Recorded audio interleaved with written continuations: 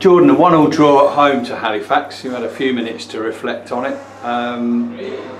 What are your thoughts on that point tonight? I think we can take positives from it, definitely. Like the first half, I thought it was very good. Second half, we come off it a little bit, but I think obviously they knew they had to do something, and they obviously brought it to us. But like I said, the lads, the last couple of games have shown their effort and determination.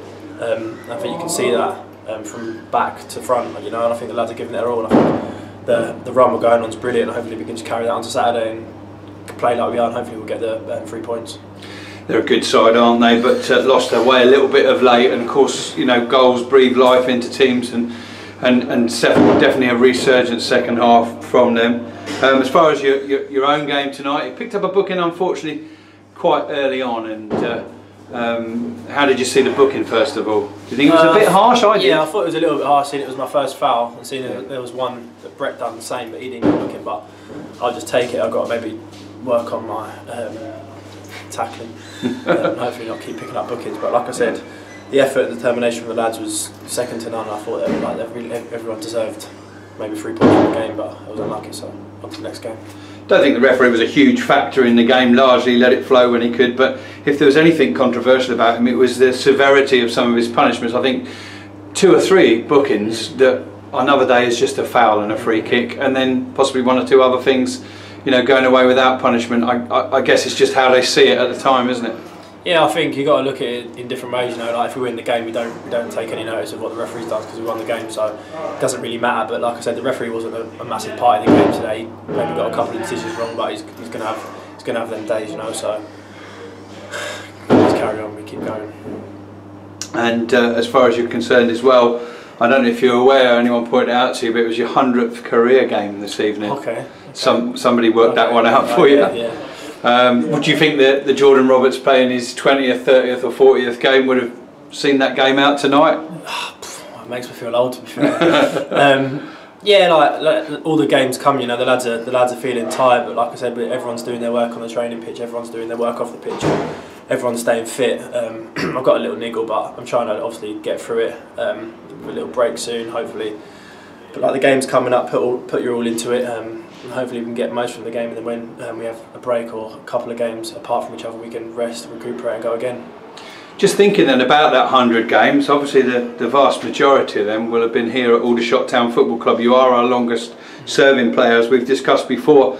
Tell us a little bit about the early days, and I believe you started off in my neck of the woods in Cambridgeshire with Peterborough, is that right? Oh yeah, I started first as a child. I was Arsenal, then I went to Peterborough. So yeah, I learned a lot from my young days, and now I'm here, hopefully still learning, and hopefully still got a long way to go.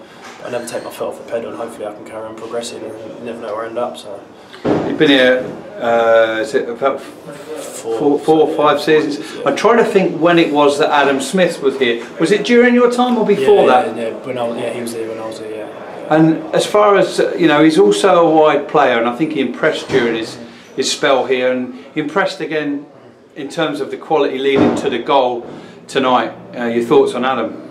Yeah, well, I'm not good friends because I don't really know him that well. But when he was here, he took me under his wing, kind of thing, and he encouraged me, taught me different things. And like I said, it's always good to learn off players like that because you can see what they do well, and hopefully learn it and try and do that in your game.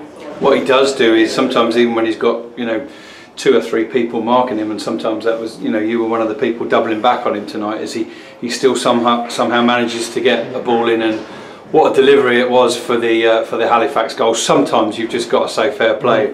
Yeah, and I think sometimes every winger thinks they've got to beat their man to get across him, and sometimes that extra yard you just need it out your feet, and then you can put the ball in the box, and that's what he's done today. But yeah, I thought he was second half he was much better. He was probably one of the better players on the pitch today. Word for the goalkeepers, really. I mean, 1 goal each, but 1 brilliant save each as well. And Smudge has been in good form, hasn't he?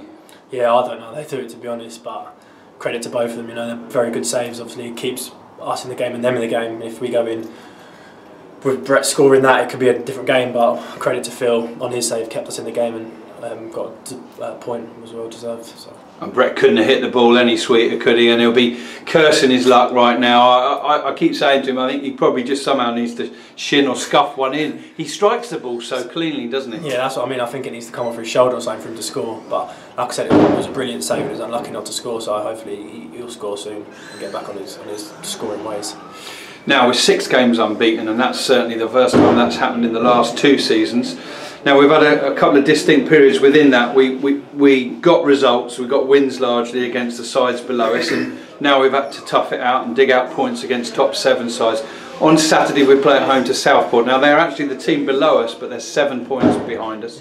What an opportunity to take that gap to 10 points. Yeah, no, I think you can see, like with the run we've been going on, the lads are much more confident. When we play out there, everyone's getting on the ball, no one's hiding, and I think that shows, and I think the fans see that. So it's down to us really. We're playing at home, we've got the fans behind us, the fans are on our side. It's just down to us really to go at them, keep our foot on the pedal, and I'm sure we'll get something from the game. You've played under Dean Holdsworth here, and you've played under Andy Scott, and now you're playing under Chris Barker.